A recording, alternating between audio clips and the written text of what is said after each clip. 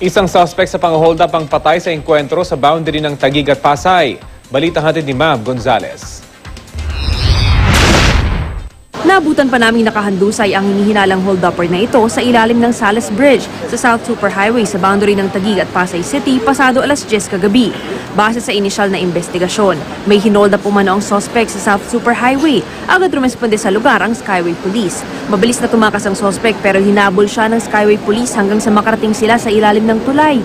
Nagpang-abot ang isa sa mga pulis at suspect. Sinubukan pa raw ng suspect na agawan ng barilang pulis. Dito na napilitan ng pulis na barilin siya. Kinilala ang suspect na si Noel Trillanes alias Kulit, 31 anyos, tubong 13 Martires, Cavite. Na-recover sa kanyang isang revolver.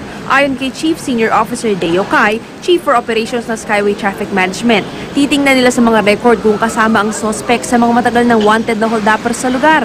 Dinala sa punerarya ang katawan ng suspect. Ito turnover naman ang kaso sa Taguig Police. Mav Gonzales, GMA News.